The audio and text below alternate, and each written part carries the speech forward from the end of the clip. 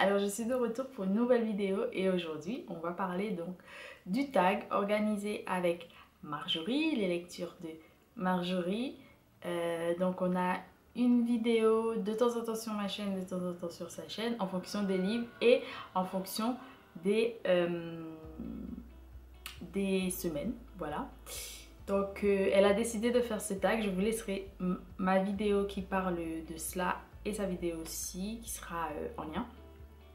Et on a décidé de lire l'autobiographie américaine de Dany Laferrière, donc pour l'hiver, donc avec le hashtag Un hiver avec Dany Laferrière. Et moi, aujourd'hui, je vais vous présenter donc Le goût des jeunes filles aux éditions Zulma.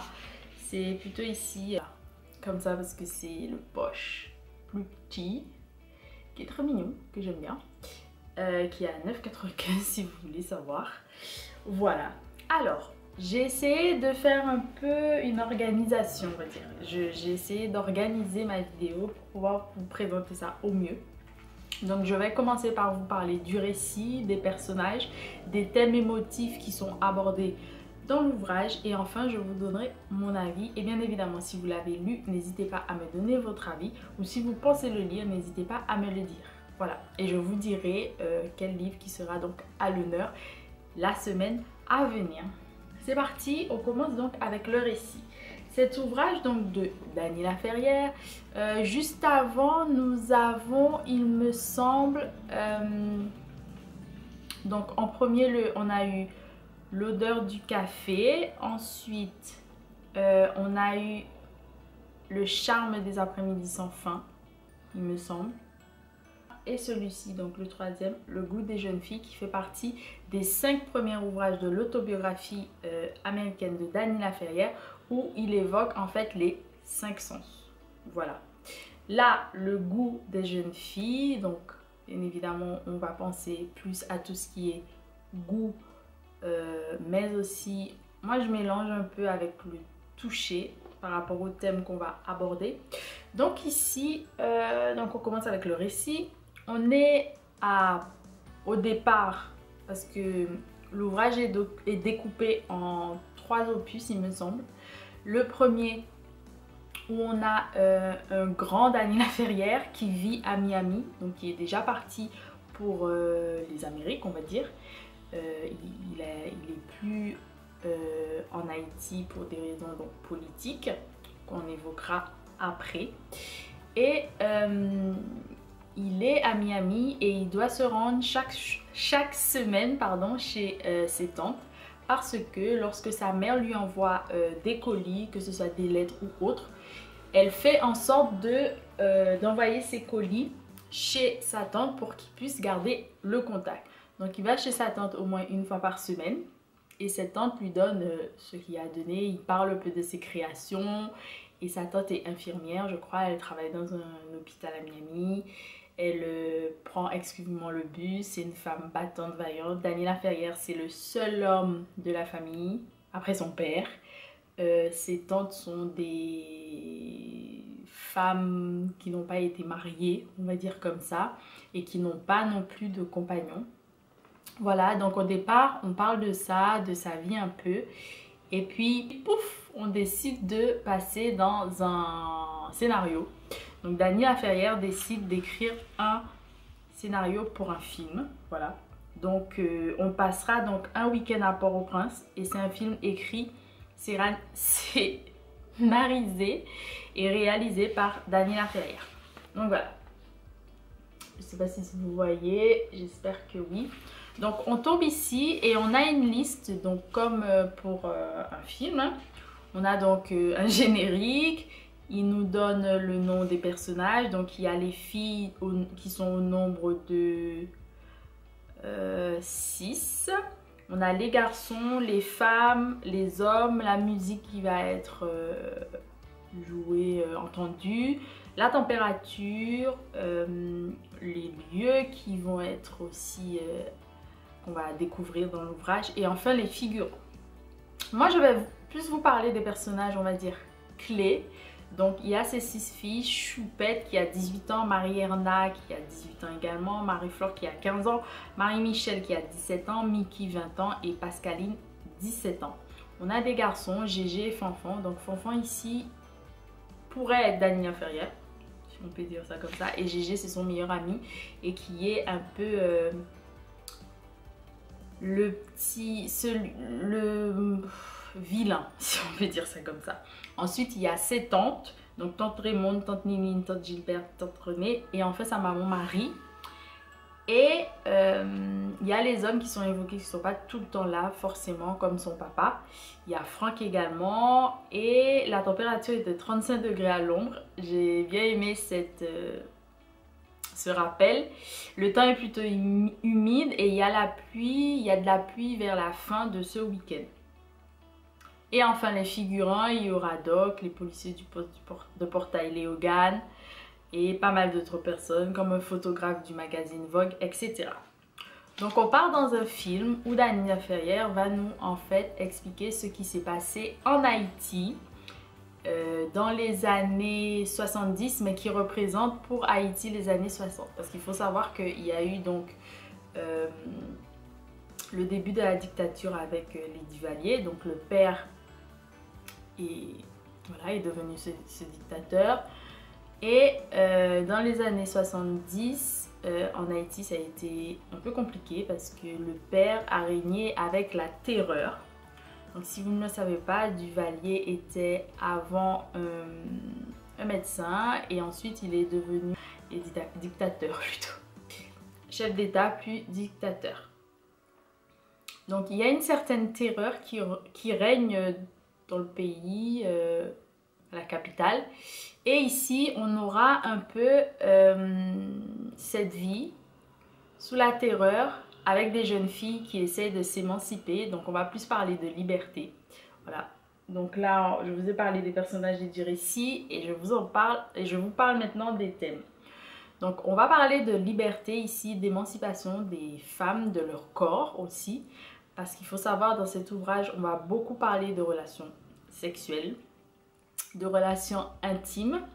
Et on a ce petit garçon, Fanfan, qui est entre l'enfance et l'adolescence, je dirais, qui en fait rêve, son plus grand rêve en étant chez lui, chez sa maman, en faisant ses devoirs, notamment ses devoirs d'algèbre.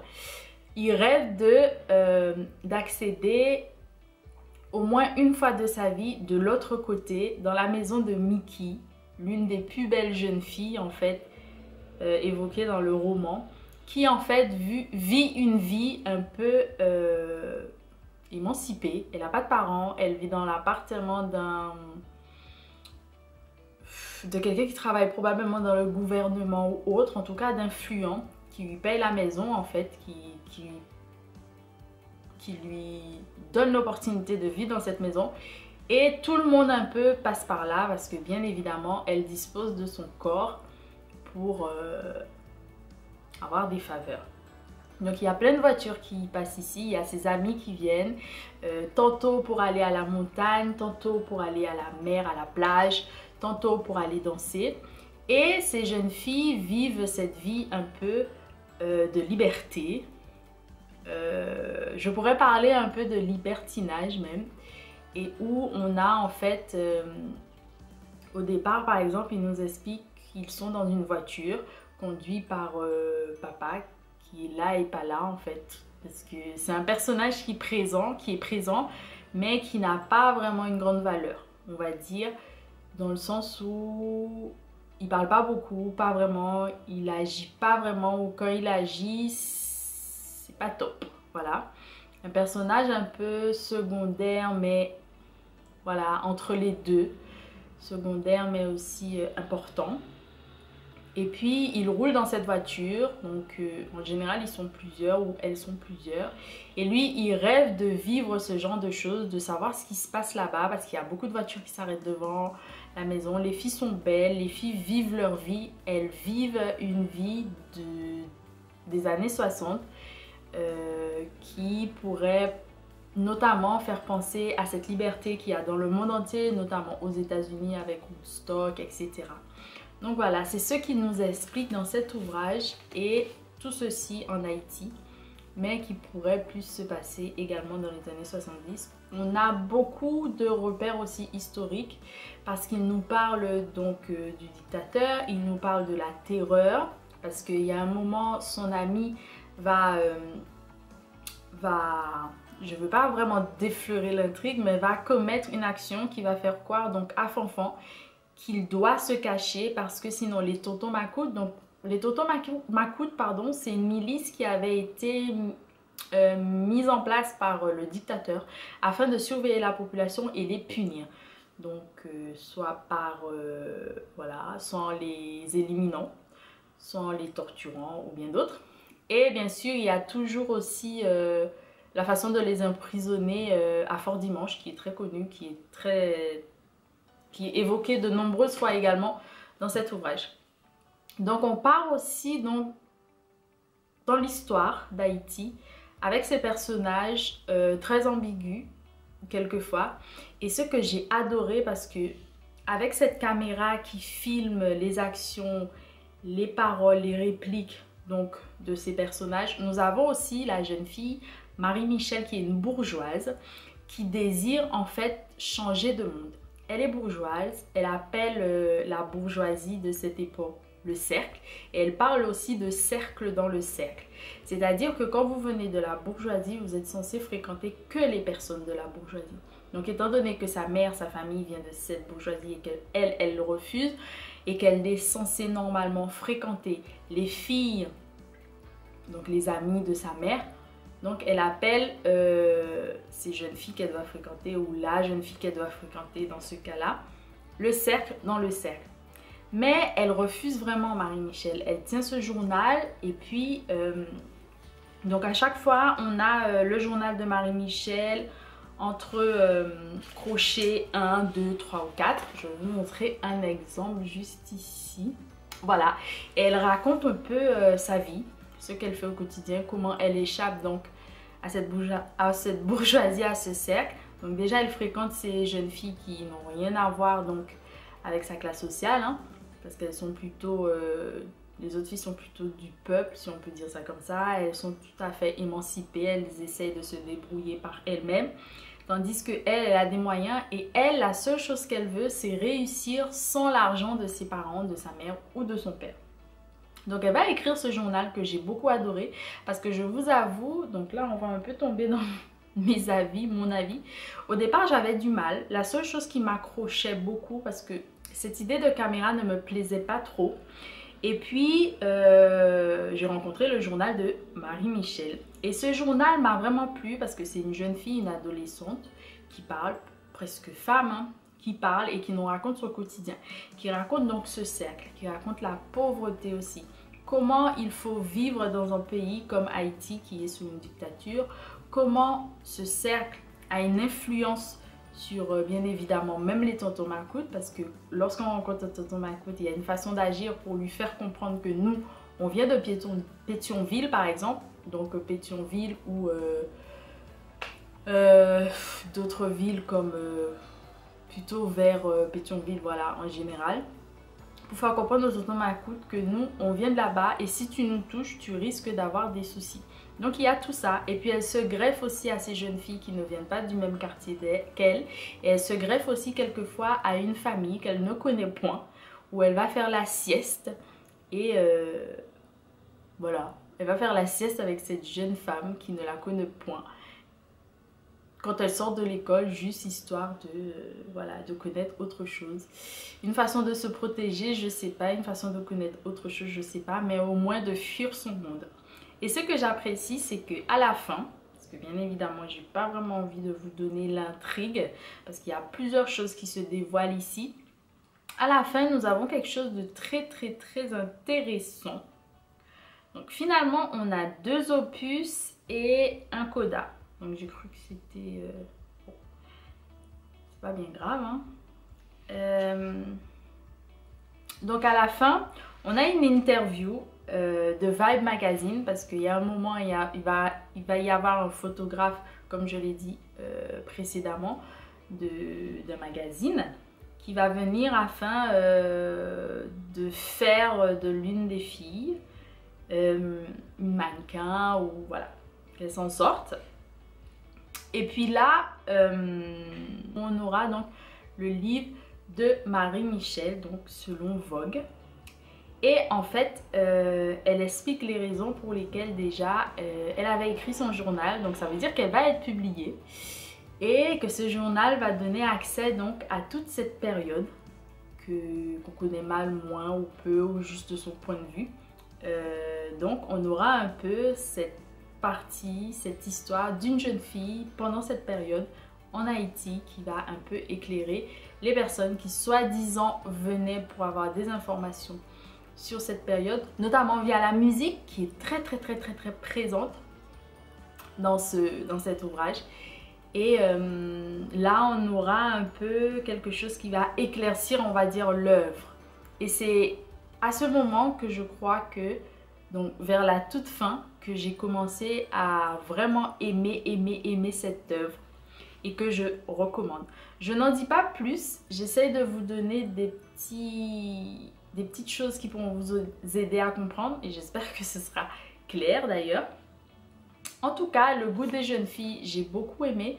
Un ouvrage que je n'avais jamais lu, comme je vous le disais, que j'avais acheté depuis fort longtemps et je suis contente de le lire, je crois 2 ans après presque. Et voilà. En gros, on a un ouvrage ici qui nous explique donc à une période où Daniela Ferrière a voyagé et où il est arrivé à Miami, il vit sa vie et puis il reprend contact avec ses anciens, donc notamment Marie Michel, et qu'il retombe en fait dans les années 70, qui pourraient être ces années 60, donc de liberté, afin de nous raconter en fait cette période de sa vie. C'est entre le flashback, le souvenir, qui peut être à la fois véridique ou non, donc entre la fiction et l'autofiction, donc voilà, partir de faits réels de sa vie afin de raconter une histoire, un récit, et cette partie historique donc en Haïti dans les années 70 qui pourrait être donc ces années d'émancipation malgré la terreur et la vie de ce petit garçon qui a tant rêvé de se retrouver de l'autre côté de la rue dans cette maison avec Mickey et les autres filles et qui va finir peut-être par y arriver. Voilà, en gros c'est ça. Et c'est ici que je vais vous laisser. N'hésitez pas, comme je vous disais, à me dire si vous comptez le lire, si vous l'avez déjà lu. Et bien évidemment, on va continuer dans notre collaboration, dans notre tag Un hiver avec Daniela Ferrière. N'hésitez pas donc à nous suivre, à nous taguer si vous voulez faire également ce petit challenge en hiver. Et puis on se revoit bientôt parce que la semaine prochaine, je compte vous présenter donc La chair du maître. Que j'ai commencé à lire, qui me plaît bien et qui, comment dire, qui est moins déroutant je pense que Le goût des jeunes filles, parce que Le goût des jeunes filles par rapport à ce qui a été fait précédemment et que j'ai eu la chance de lire, donc L'odeur du café, la mise en page était différente, les procédés étaient différents parce que bien évidemment on avait ici des opus et un week-end donc à Port-au-Prince, et en plus de ça c'était une volonté de faire un peu un scénario, voilà. Donc voilà, en tout cas j'ai apprécié et n'hésitez pas à me donner votre avis comme je le disais si vous l'avez lu. J'espère que cette vidéo vous plaira, je vous souhaite néanmoins encore une bonne année, bon mois de janvier, j'espère que tout va bien de votre côté et je vous dis à très bientôt pour de nouvelles vidéos sur la chaîne. N'hésitez pas à vous abonner et à partager la vidéo. Gros bisous. Mouah.